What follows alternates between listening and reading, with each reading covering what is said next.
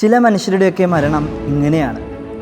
കൊച്ചുകുട്ടികളെ പോലെ സ്വന്തം അപ്പൻ്റെ തോളിലേക്ക് ചാടിക്കയറാൻ കൊതിക്കുന്നത് പോലെയാണ് അവരൊക്കെ മരണത്തെ സമീപിക്കുന്നത്.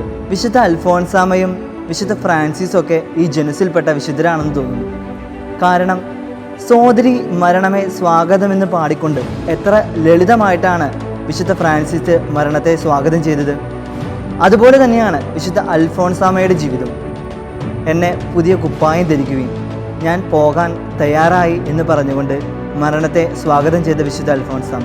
അവരൊക്കെ ജീവിതത്തിൽ മരണത്തോട് പുലർത്തിയ ആ നൈർമല്യതയാണ് നമ്മൾ ഇന്ന് ധ്യാന വിഷയമാക്കേണ്ടത്. മരണം ഒന്നിനും ഒരു അവസാനമല്ല, അതൊക്കെ ഒരു തിരിച്ചുപോക്കാണ്. സ്വന്തം അപ്പൻ്റെ ഭവനത്തിലേക്കുള്ള ഒരു തിരിച്ചുപോക്ക്. നമ്മുടെ ഈ വേഗത നിറഞ്ഞ ഈ ജീവിതത്തിൽ നമ്മൾ ഒരുപാട് ആകുലപ്പെടുന്നുണ്ട് നമ്മുടെ മരണത്തെപ്പറ്റി. പക്ഷേ ഇവരുടെയൊക്കെ ജീവിതം നമ്മെ പഠിപ്പിക്കുന്നത് നാം മരിക്കുന്നത് നമ്മുടെ അപ്പൻ്റെ അടുത്തേക്കുള്ള ഒരു തിരിച്ചുപോക്കാണ് എന്നുള്ള രീതിയിൽ മരണത്തെ സമീപിക്കാനാണ്. പ്രിയമുള്ളവരെ, ഒന്ന് നോക്കൂ, നമ്മളില്ലെങ്കിലും ഈ ലോകം ഇങ്ങനെയൊക്കെ തന്നെ മുന്നോട്ട് പോകുന്നുണ്ട്. രാവിലെ സൂര്യൻ ഉദിക്കുന്നുണ്ട്, വൈകുന്നേരം സൂര്യൻ അസ്തമിക്കുന്നുണ്ട്. നമ്മളില്ലെങ്കിലും അതൊക്കെ അങ്ങ് മുന്നോട്ട് പോകും.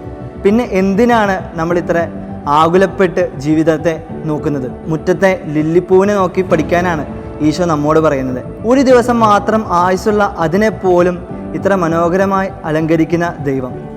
അത് ഒരു കുറച്ച് സമയമാണ് വിരിഞ്ഞു നിൽക്കുന്നതെങ്കിലും നമ്മുടെ മുറ്റത്തെ അത് മനോഹരമാക്കുന്നില്ല.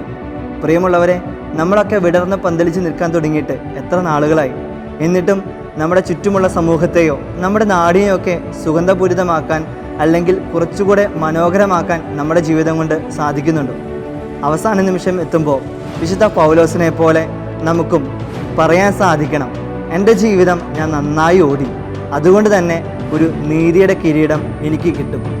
വിശുദ്ധ അൽഫോൻസാമയും വിശുദ്ധ ഫ്രാൻസിസും ഒക്കെ മരണത്തെ സമീപിച്ചതുപോലെ നമുക്കും മരണത്തെ സമീപിക്കാം. നമ്മുടെ ഈ ആയുസ്സിലുള്ള നമ്മുടെ ഈ ജീവിതം കുറച്ചുകൂടിയൊക്കെ മനോഹരമാക്കി മറ്റുള്ളവർക്ക് സുഗന്ധം നൽകുന്ന രീതിയിൽ, അല്ലെങ്കിൽ മറ്റുള്ളവരുടെ ജീവിതത്തെ മനോഹരമാക്കുന്ന രീതിയിൽ നമുക്ക് ജീവിക്കാനായിട്ട് ശ്രമിക്കാം. ദൈവം നമ്മെ ഓരോരുത്തരെയും സമൃദ്ധമായി അനുഗ്രഹിക്കട്ടെ.